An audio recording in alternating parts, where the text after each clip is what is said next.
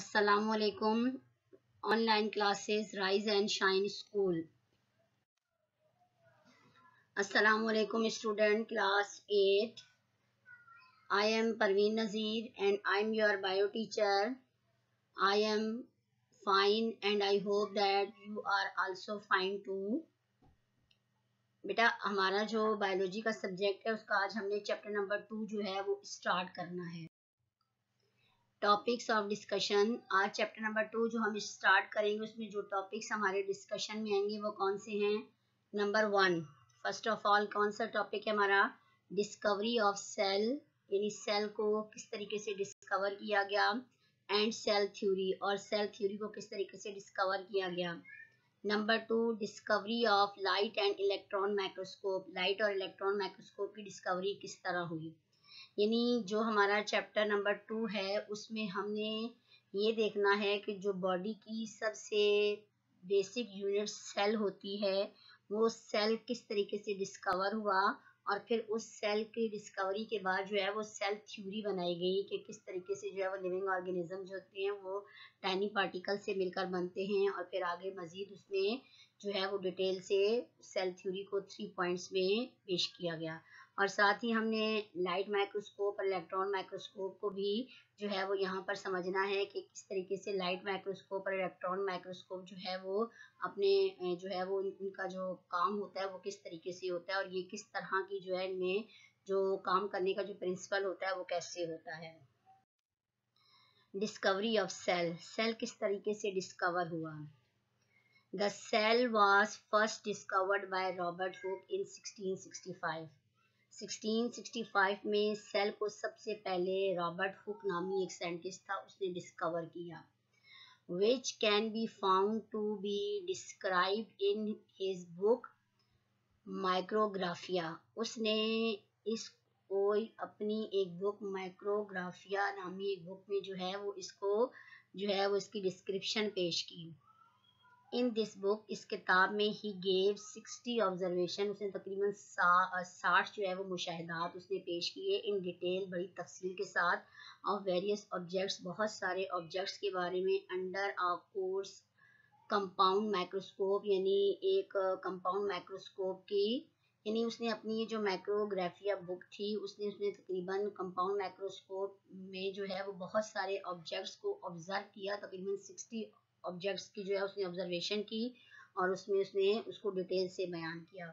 One observation was from very thin slices of bottle cork. एक observation क्या थी कि एक बॉटल का जो कॉर्क होता है उसका बहुत ही थिन स्लाइस, यानी बहुत ही पतला सा उसका टुकड़ा जो है उस पर उसने ऑब्जर्वेशन की कि वो जो कॉर्क है उसका जो बारीक सा टुकड़ा है उसको उसने ऑब्जर्व किया कि वो जो कॉर्क का बारीक सा टुकड़ा है वो छोटे छोटे पार्टिकल से मिलकर बना होता है, और उसने उस एक पार्टिकल्स को उसने जो एक स्पेसिफिक नेम दिया सेल का। यानी ये जो है वो रॉबर्ट हुक है और ये उनकी माइक्रोग्राफिया जो बुक है उसका टाइटल है कि इसमें जो है उसने माइन्यूट बॉडीज को, यानी बहुत ही छोटी छोटी बॉडीज को जो है उसने तफसील से उसकी डिस्क्रिप्शन बयान की।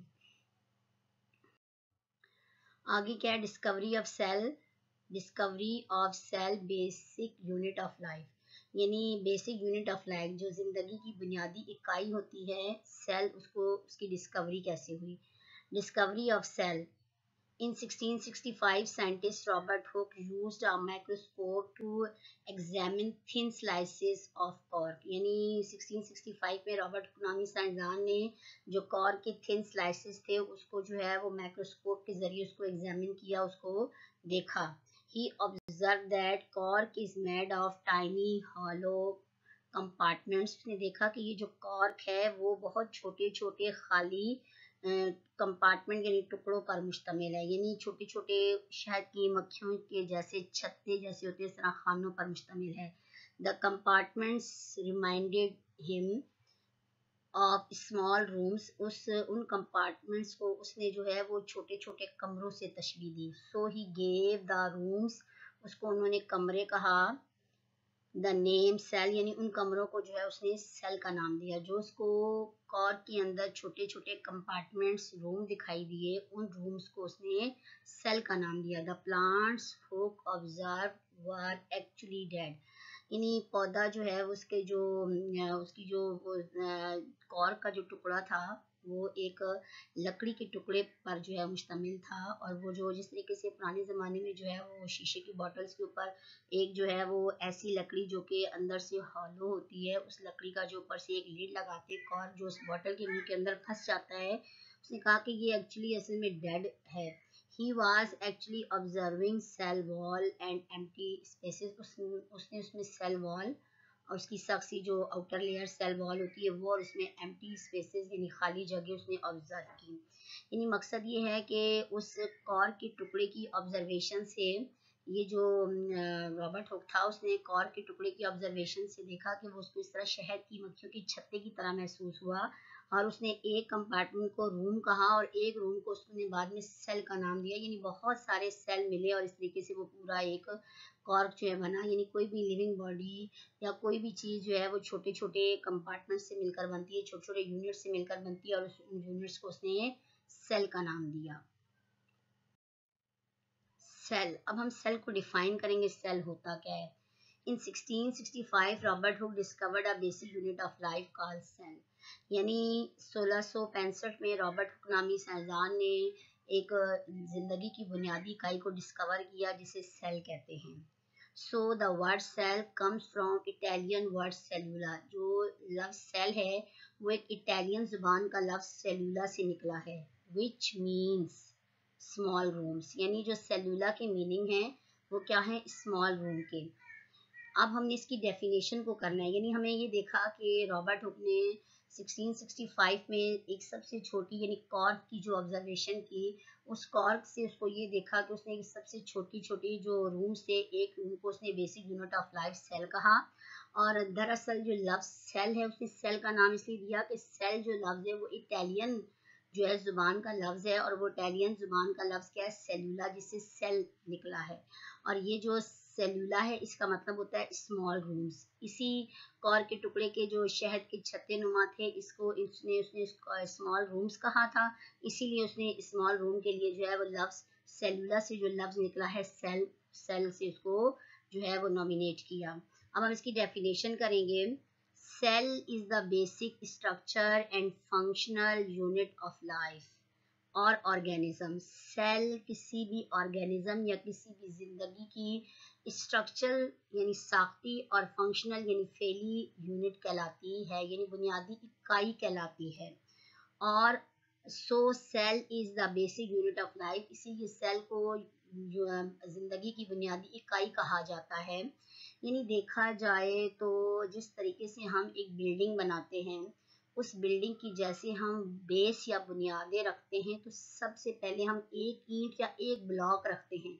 वो ब्लॉक जो है वो जस्ट लाइक वन रूम, ठीक, टाइनी होल्स या वन रूम, ठीक। अब वो एक ब्लॉक पहले रखा जाता है, फिर उसके साथ दूसरा ब्लॉक रखा जाता है, फिर उसके ऊपर एक ब्लॉक रखा जाता है, फिर यानी मकसद है कि उस बहुत बड़ी बिल्डिंग का जो बेसिक पहला था वो ब्लॉक था, एक ब्लॉक, वही जो वन ब्लॉक है वही उसकी यूनिट कहलाती है। चाहे वो हमारा जो है वो 10 मंजिला है, 8 मंजिला है, 5 मंजिला है, उसकी बेसिक जो यूनिट है वो पहली वो ईंट जो उसकी बुनियादों में रखी गई। इसी तरह जो रॉबर्ट हुक था उसने भी 1665 में जो है वो माइक्रोस्कोप को यूज करते हुए एग्जामिन किया एक कॉर्क के स्लाइस को, एक पतले से कॉर्क के स्लाइस को उसने जब एग्जामिन किया तो उसने देखा कि वो शहद की छत्ते की तरह छोटे छोटे रूम पर मुश्तमिल है। यानी what he saw look like small boxes, so he called them cell. यानी उसने देखा कि वो जो कॉर्क का टुकड़ा है, वो जो पतली सी कॉर्क के टुकड़े की स्लाइस है, वो असल में छोटे छोटे रूम्स पर मुश्तमिल है, और एक रूम को उसने सेल का नाम दे दिया। यानी किसी भी लिविंग बॉडी की जो यूनिट होती है वो क्या कहलाती है, सेल कहलाती है। यानी कोई भी चीज है उसकी जो स्ट्रक्चरल और फंक्शनल यूनिट है वो सेल कहलाती है। यानी अगर हम देखें तो सेल जिंदगी की बुनियादी इकाई है, लेकिन अगर हम फर्ज किया देखें कि भाई कोई भी चीज़ है, जैसे मैंने आपको इमारत की बात की है, तो इमारत जो है वो ज़ाहिर एक बिल्डिंग जो है वो उसमें जो पहली ईंट है वो उसकी बुनियाद है, वो उसका जो है वो उसकी बेसिक यूनिट है। अगर हम लिविंग बॉडी की बात करते हैं तो हमारा जिस्म बहुत सारे छोटे छोटे सेल से मिलकर बना है, छोटे छोटे टाइनी यूनिट से मिलकर बना है, और एक यूनिट को हम सेल कहते हैं। बहुत सारे सेल जो है वो आपस में मिलते हैं तो टिश्यू बनता है, बहुत सारे टिश्यूज आपस में मिलते हैं तो ऑर्गन बनता है, बहुत सारे ऑर्गन आपस में मिलते हैं तो सिस्टम बनता है, और बहुत सारे सिस्टम एक साथ यूनाइट होकर कोई फंक्शन परफॉर्म करते हैं तो जो है वो एक लिविंग बॉडी बनती है। तो इसका मतलब है कि इंसान की या किसी भी लिविंग बॉडी की जो जैसी फॉर्मेशन होती है तो सबसे पहले वो एक टाइनी डॉट्स की शक्ल में, एक नुक्ते की शक्ल में जो है वो सेल की फॉर्म में होता है। वो cell Aahista Aahista further divide होते रहते हैं और इस तरीके से वही जो छोटा सा यूनिट है सेल, वो उस लिविंग बॉडी की बेसिक यूनिट कहलाता है, जो उसके स्ट्रक्चर और फंक्शनल यूनिट भी कहलाती है। यानी हमारे पास कंक्लूजन क्या निकला कि cell is the basic unit of life, यानी सेल जिंदगी की बुनियादी इकाई है, और इसीलिए हम उसको स्ट्रक्चरल यूनिट भी कहते हैं और फंक्शनल यूनिट ऑफ लाइफ भी कहते हैं। अब देखिए, हमने देखा कि डिस्कवरी ऑफ सेल क्या है, सेल थ्योरी क्या है। यानी जैसे हमने पीछे बहुत अच्छे तरीके से इसको समझा कि सेल क्या होता है। Cell basic unit of life कहलाती है, यानी किसी भी जानदार की जो बुनियादी इकाई होती है वो सेल कहलाती है। अब उस सेल से जब सेल की डिस्कवरी हो गई तो एक सेल थ्योरी बनाई गई, और उस सेल थ्योरी को जो है रॉबर्ट हुक ने तो सेल को डिस्कवर किया। फिर आगे जो है वो मैथियस श्लेडन और थियोडोर शिवान और रुडोल्फ वर्च्यू जो है वो 3 साइंटिस्ट थे जिन्होंने कंबाइंड एफर्ट की, और इस कंबाइंड एफर्ट के नतीजे में उन्होंने एक थ्योरी बनाई जिसको सेल थ्योरी का नाम दिया। यानी सबसे पहले सेल जब डिस्कवर हो गया तो आगे उस सेल की बुनियाद पर जो है वो आगे थ्योरीज बनाई गई कि किस तरीके से एक सेल जो है वो किसी भी जो ऑर्गेनिज्म है उसकी स्ट्रक्चर और फंक्शन यूनिट होती है, और जो एक न्यू सेल्स होते हैं वो पहले से मौजूद जो सेल्स होते हैं, प्री एग्जिस्टिंग सेल्स होते हैं, उनके डिवीजन से बनते हैं, और किस तरीके से हम सेल को ही किसी बॉडी की जो है वो बेसिक यूनिट कहते हैं। ये बाकायदा इन साइंटिस्ट ने जो है वो इस पर वर्क किया और एक सेल थ्योरी पेश की।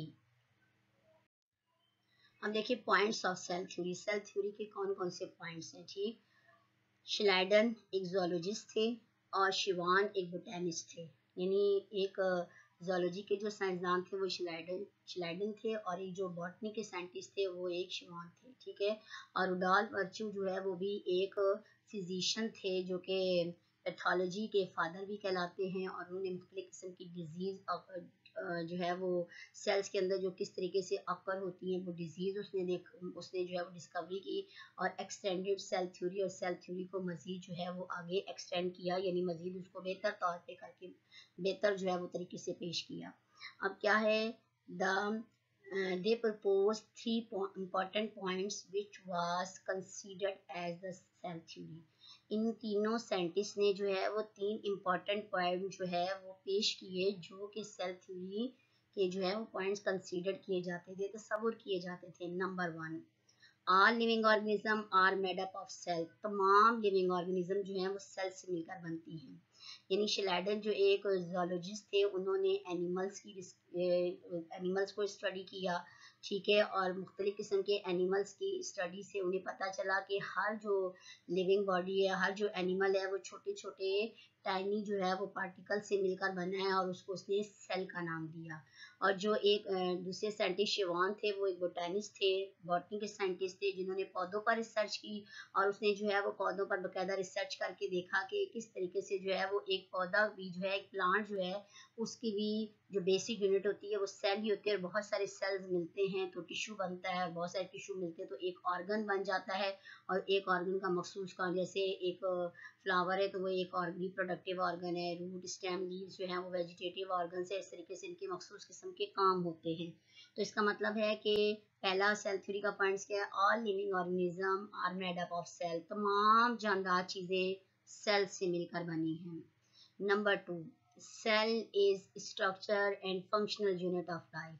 किसी भी जिंदगी की जो साख्ती और फैली इकाई होती है उसको सेल कहते हैं। यानी कोई भी जानदार है उसकी स्ट्रक्चर कैसे बनता है, बहुत सारे सेल जो है वो कंबाइंड होते हैं उसके स्ट्रक्चर को फॉर्म करते हैं। ठीक है, क्योंकि हर जानदार का एक मखसूस स्ट्रक्चर होता है, कोई एनिमल है तो कोई जैसे इंसान है उसका एक मखसूस जो है वो स्ट्रक्चर होता है, कोई एनिमल है तो उसका एक मखसूस स्ट्रक्चर होता है, वो देखने में एक मखसूस उसकी शक्ल सूरत होती है। कोई जैसे ये बर्ड है तो उसकी मखसूस शक्ल सूरत होती है। इस तरीके से कोई इंसेक्ट्स हैं तो उसकी मखसूस जो है वो शक्ल सूरत होती है। ये सारी जो उसको ये उसकी स्ट्रक्चर को बनाती है, ये सेल ही उसकी स्ट्रक्चर को बनाने का काम करता है। और इसी तरह फंक्शनल यूनिट का मतलब है कि बॉडी के डिफरेंट ऑर्गन्स के डिफरेंट काम होते हैं। जिस तरह प्लांट के अंदर मुख्तलिफ ऑर्गन के काम, इस तरह एनिमल के अंदर भी मुख्तलिफ ऑर्गन के मखसूस किस्म के काम होते हैं। और ये सारे काम भी जो है वो सेल की वजह से होते हैं, यानी सेल ही इन कामों के करने का जो है वो मेन बेसिक यूनिट है। अब उसके बाद नंबर 3 क्या है?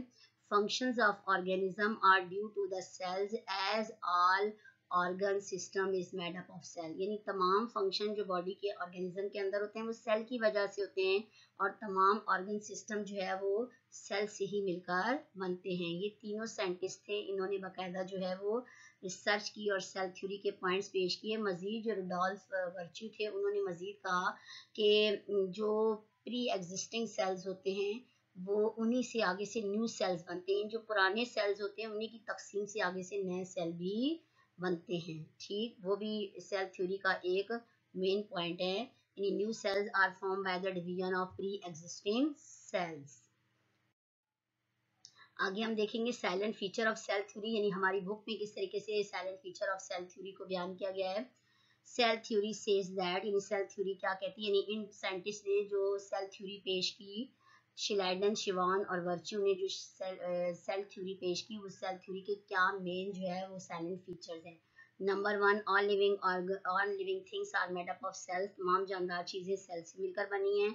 Number 2, cells are the basic unit of structure and function in all living things. In other words, cells are like the building blocks of all living things, यानी तमाम जानदारों की structure और फंक्शन जो है उनकी बेसिक यूनिट क्या कहलाती है? सेल कहलाती है। या दूसरे अल्फाज में हम कह सकते हैं कि तमाम जानदारों के जो बिल्डिंग ब्लॉक्स होते हैं, जो बुनियादी इकाइयाँ होती हैं, वो सेल कहलाती हैं। Number 3, new cells are only made from existing cells, यानी प्री एग्जिस्टिंग सेल्स, यानी प्री एग्जिस्टिंग का मतलब है कि पहले से मौजूद सेल्स की डिवीजन से नए सेल बनते हैं। ये पॉइंट्स जो है वो सेल थ्योरी के पॉइंट्स कहलाते हैं, जो हमारी बाकायदा बुक में आपको भी जो है वो बाकायदा ये मौजूद है। जो आप अपनी जो चैप्टर्स में सेल थ्योरी का जो टॉपिक है उसको जब आप पढ़ेंगे तो आपको यही पॉइंट्स उसमें दिखाई देंगे, जिसको हमने बहुत अच्छे तरीके से यहाँ पर जो है वो देखा है कि वाकई तमाम जानदार चीज़ें जो होती हैं वो सेल से मिलकर बनती हैं, और सेल ही किसी भी जानदार की बुनियादी इकाई कहलाता है, बिल्डिंग ब्लॉक कहलाता है, और जो पहले से मौजूद सेल होते हैं उन्हीं की तकसीम से नए सेल बनते हैं। यानी कोई ऐसा कोई ऑटोमेटिक जो है वो कोई मैजिक नहीं होता, पहले से जो सेल मौजूद होते हैं उन्हीं की तकसीम से नए सेल बनते हैं। यानी फ़र्ज़ किया अगर आपको कहीं जो है वो ज़ख्म लग जाता है, या प्लांट का कोई हिस्सा जो है वो डैमेज हो जाता है, या कोई एनिमल है उसमें कोई वो इंजर्ड हो जाता है, तो उसके जो टिश्यूज़ होते हैं वो डैमेज होते हैं। उन्हीं टिश्यूज़ में वो जो प्री एग्जिस्टिंग टिश्यूज़ होते हैं उन्हीं की डिवीजन से, जैसे हम उसमें मरहम लगाएं, हम जो है वो दवा दारू करें, या हम जो उसमें ट्रीटमेंट करें, तो बाकायदा उन्हीं प्री एग्जिस्टिंग सेल्स की डिवीजन से न्यू सेल्स बनते हैं, रिपेयरिंग का काम होता है। और इस तरीके से ये बात साबित हो जाती है कि नए सेल पहले से मौजूद सेल्स की तकसीम से वजूद में आते हैं।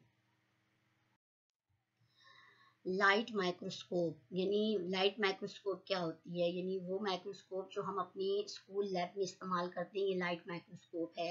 यानी ऊपर आई पीस है, फिर ड्रॉ ट्यूब है, फिर उसके बाद इसकी बॉडी ट्यूब है, फिर नीचे देखा जाए तो ये रिवॉल्विंग नोज पीस है जिसमें मुख्तलिफ ऑब्जेक्टिव लगे होते हैं। यहाँ ऊपर जो इसके बड़े नॉब होते हैं वो कोर्स एडजस्टमेंट स्क्रू, नीचे फाइन एडजस्टमेंट स्क्रू, फिर आर्म होता है।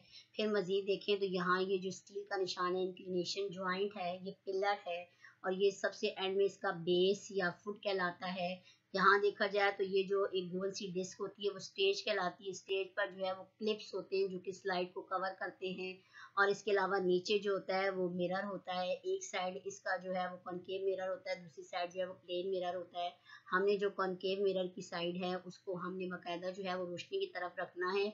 लाइट जैसे ही कॉनकेव मिरर पर पड़ती है तो वो रिफ्लेक्ट होकर यहाँ से ये नीचे कंडेंसर एक सुराख होता है जिसमें सेप्टम लगा होता है, हम पूरा खोल देते हैं तो लाइट इस होल से होती है ऊपर ऑब्जेक्ट तक आती है। जो हमने स्पेसिफिक रखा था उस ऑब्जेक्ट्स पर लाइट पड़ने के बाद जो है वो इस ऑब्जेक्टिव से होती है। ऑब्जेक्टिव मुख्तलिफ जो है ना पावर के नॉब इसमें इस्तेमाल किए जाते हैं। इस ऑब्जेक्टिव से होती हुई ऊपर आती है और बॉडी ट्यूब से गुजरती ही ड्रॉ ट्यूब में, और ड्रॉ ट्यूब से आई पीस में, और आई पीस से यहाँ हम अपनी नेकेड आई के जरिए हम जो भी ऑब्जेक्ट एग्जामिन करते हैं, जिसकी हम स्टडी करना चाहते हैं, वो हमें दिखाई देता है। 1665 में गैलीलियो एक साइंटिस्ट था, उसने ही इसको ऑब्जर्व किया था। यानी देखा जाए तो ये गैलीलियो साइंटिस्ट था जिसने बहुत पहले ना इसको, यानी पहले सेल की जब डिस्कवरी हुई थी तो तब जो है वो माइक्रोस्कोप बनी। लेकिन तकरीबन देखा जाए अगर बहुत उस तरह देखा जाए तो 1610 में जो गैलीलियो था इसने बाकायदा इस माइक्रोस्कोप को डिस्कवर किया था। यानी लाइट माइक्रोस्कोप को गैलीलियो ने 1610 में डिस्कवर किया। ये लाइट माइक्रोस्कोप है जो हमारे बाकायदा प्रैक्टिकल लैब में इस्तेमाल होती है। अब देखें इलेक्ट्रॉन माइक्रोस्कोप। इलेक्ट्रॉन माइक्रोस्कोप बहुत हाई पावर माइक्रोस्कोप होती है जो आगे मजीद जो है वो रिसर्च वगैरह में इस्तेमाल होती है। 1931 अर्नेस्ट रस्कॉव को इन्वेंटेड द इलेक्ट्रॉन माइक्रोस्कोप। ठीक है, ये जो है वो रस्का नामी एक साइंटिस्ट था, उसने जो है वो कंबाइंड एफर्ट से एक इलेक्ट्रॉन माइक्रोस्कोप बनाई, for which he won the Nobel prize in physics in 1986। 1986 में उसने फिजिक्स में, एक फिजिशियन था, उसने नोबेल प्राइज हासिल किया। An electron microscope depends on electrons rather than light to view an object. Light microscope के मुकाबले में इलेक्ट्रॉन माइक्रोस्कोप में जो है वो एक जो है वो बीम ऑफ इलेक्ट्रॉन जो है वो इस्तेमाल होता है वाइट लाइट के बजाय।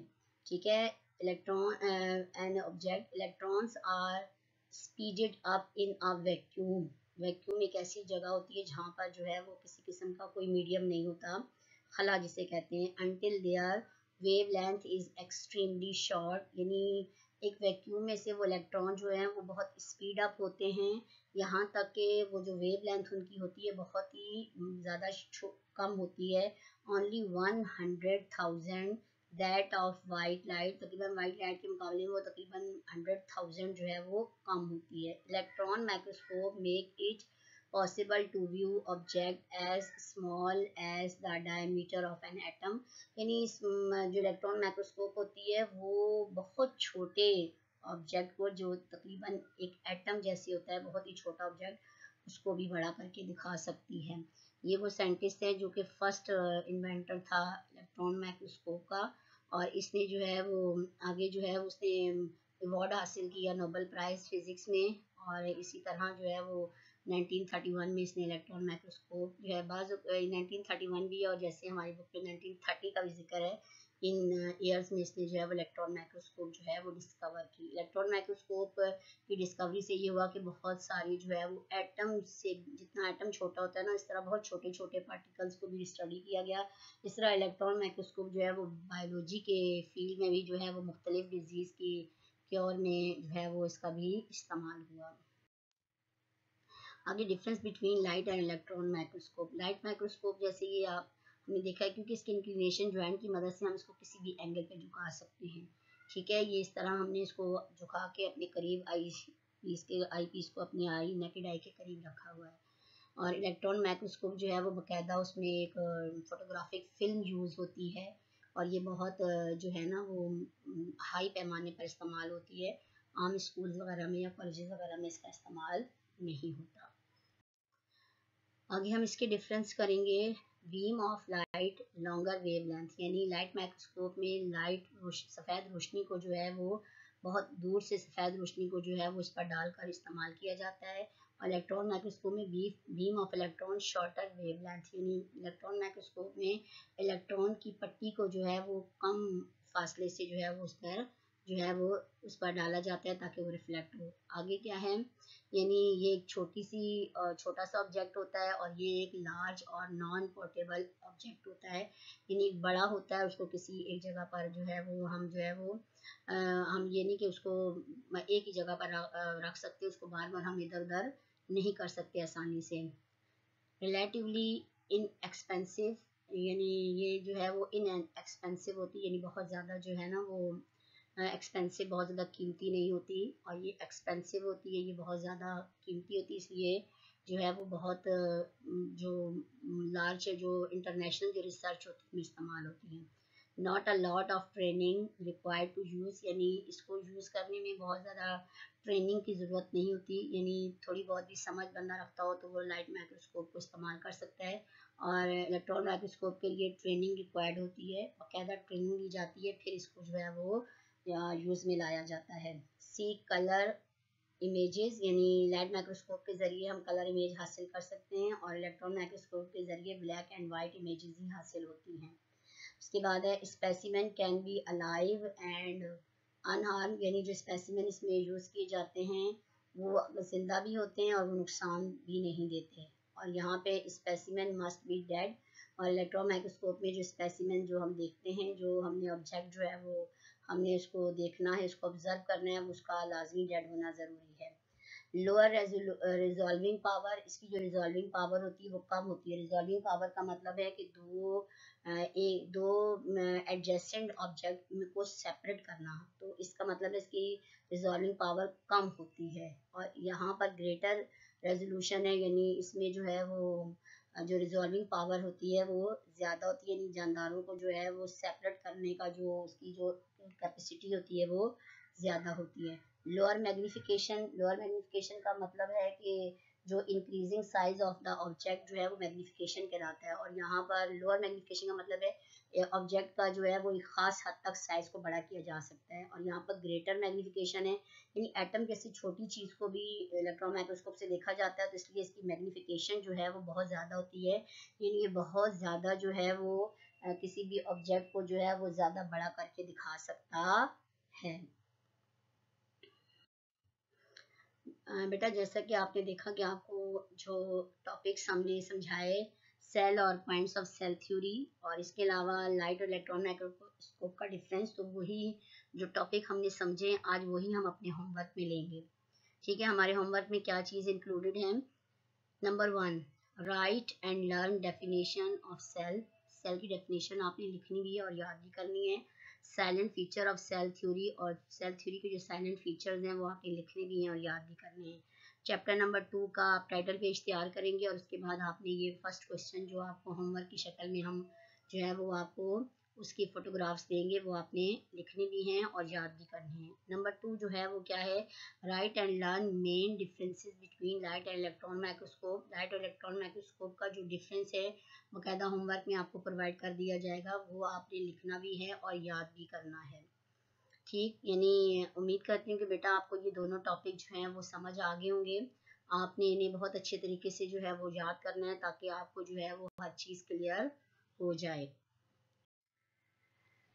थैंक यू सो मच बेटा, इंशाल्लाह हम नेक्स्ट वीडियो में दोबारा मिलेंगे।